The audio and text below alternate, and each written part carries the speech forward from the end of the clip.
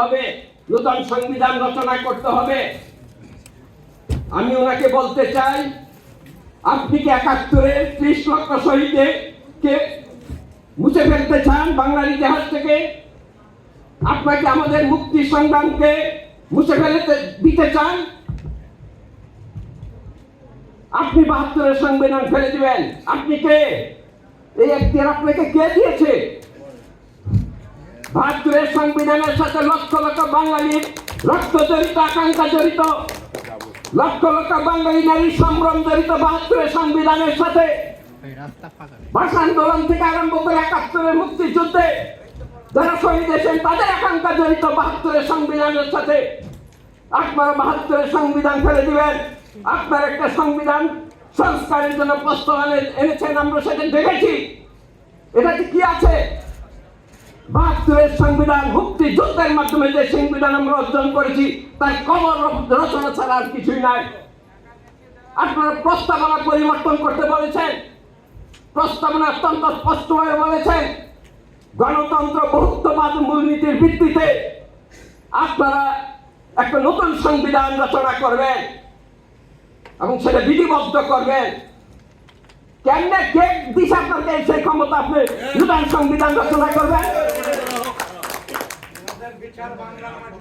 আপনারা প্রস্তাব দেখেছেন, ভালো কথা, সেটা তো বিবেচনা করবে দেশের মানুষের সরাসরি ভোটে নির্বাচিত আগামী জাতীয় সংসদ, সেটা বিবেচনা করবে সেটা রাখা যায় কি রাখা যায় না। আপনাদের উদ্যত মনোভাব আপনারা স্তীমিত করে এদেশের মানুষের মতামতের প্রতি শ্রদ্ধা জানান। প্রত্যেকটা মানুষ উন্মুখ হয়ে আছে ভোট দেওয়ার জন্য, তাদের প্রতিনিধি নির্বাচন করার জন্য জাতীয় সংসদে। সেই সংসদ চিন্তা করবে আমাদের কতটুকু সংবিধান সংশোধন প্রয়োজন। আপনি সংবিধান ফেলে দিবেন? আপনি বাংলাদেশের নাম মুছে দিতে চান, সংবিধান থেকে ভিন্ন নাম দিতে চান। অত্যন্ত দুঃখজনক যে ৪ মূলনীতি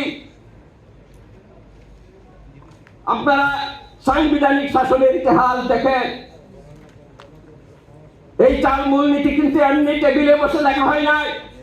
আমাদের নেতা আজকে প্রধান অতিথি ডক্টর কামাল হোসেন টেবিলে বসে ৪ নীতি লেখেন নাই আপনাদের মতো। হাজার হাজার বছরে বাঙালি সংস্কৃতি সভ্যতা ধারণ করে 23 বছরের স্বাধীনতা সংগ্রামের চেতনাকে ধারণ করে, আমাদের ভাষা আন্দোলনের আকাঙ্ক্ষাকে ধারণ করে, মুক্তিযুদ্ধের শহীদদের চেতনাকে ধারণ করে এই সংবিধান লিখিত হয়েছে। ৪ মূলনীতি। ৭১-এর মুক্তিযুদ্ধ, আমার বয়স 13 বছর, আমি মুক্তিযুদ্ধে অংশগ্রহণ করেছি। কিসের জন্য? একটা অসাম্প্রদায়িক বাংলাদেশের জন্য, ধর্ম নিরপেক্ষ বাংলাদেশের জন্য। জাতীয়বাদ, বাঙালি জাতীয়তাবাদ, যে বাঙালি জাতীয়তাবাদ একদিনে গড়ে উঠে নাই, হাজার হাজার বছরের সংস্কৃতি সভ্যতার ভিত্তিতে বাঙালি জাতীয়তাবাদ গড়ে উঠেছে, যেটা চূড়ান্ত পরিণতি আমাদের ভাষা আন্দোলন আমাদের মুক্তিযুদ্ধের ভিতর দিয়ে রূপ লাভ করেছে। আপনি বাংলাদেশ বাঙালি জাতীয়তাবাদকে মুছে দিতে চান? যে প্রশ্নের সুরাহা আমাদের সংবিধানে হয়েছে যে by nationality we are Bengali, by citizenship we are Bangladeshi, এটা তো ফয়সালা হয়ে গেছে। আবার কেন বিতর্ক সৃষ্টি করতে চান? কাজী বন্ধুগণ, আসুন এই ধরনের ষড়যন্ত্রের বিরুদ্ধে, যাতে এই আমাদের ৭২-এর সংবিধানকে তারা মুছে দিতে না পারে, আমাদের ৪ জাতীয় মূলনীতিকে মুছে দিতে না পারে, আমাদের ৭১-এর মুক্তিযুদ্ধ অর্জনকে মুছে দিতে না পারে, আমরা সবাই ঐক্যবদ্ধ হই। বন্ধুগণ,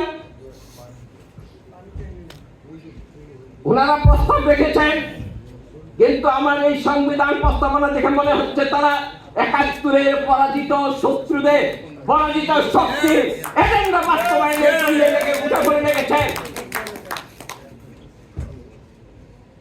কাজী আপনারা একটু বুঝে শুনে কাজ করবে। বাঙালি এত বোকা নয় যে জাতি স্বাধীনতার জন্য 30 লক্ষ প্রাণ দিতে পারে, হাজার হাজার মুক্তিযোদ্ধা হাসতে হাসতে জীবন দিতে পারে, 12-13 বছরের ছেলেরা যুদ্ধে অংশগ্রহণ করতে পারে। সেই জাতিকে আপনারা ভুল বোঝাবেন না। মুক্তিযুদ্ধের চেতনাকে আপনারা কোন অবস্থাতেই মুছে দিতে পারেন না। আমরা 14 জুলাই আগস্টের অভ্যুত্থান এবং তাদের শহীদদের প্রতি শ্রদ্ধা জানাই, কারণ সেই আন্দোলনে আমরা একটা অংশ ছিলাম। কাজে সেই আন্দোলনের আকাঙ্ক্ষাকে সামনে রেখে এই সরকারকে অনুরোধ করব, অনতি বিলম্বে আপনারা নির্বাচন দেন। নির্বাচন কমিশনের সংস্কার প্রয়োজন আছে, সেটা করেন যাতে একটা সুষ্ঠু নির্বাচন হয় এবং অর্থনীতি বিধ্বস্ত অর্থনীতিকে পুনর্গঠনের জন্য যে সংস্কার প্রয়োজন সেটা আপনারা করেন। মানুষের নিত্য প্রয়োজনীয় জিনিসের মূল্য মানুষের নিয়ন্ত্রণে রাখার জন্য যা প্রয়োজন তা করে। আমাদের সংবিধানে আমাদের মুক্তিযুদ্ধ, আমাদের স্বাধীনতায় হাত দেওয়ার চেষ্টা করবেন না। সবাইকে ধন্যবাদ।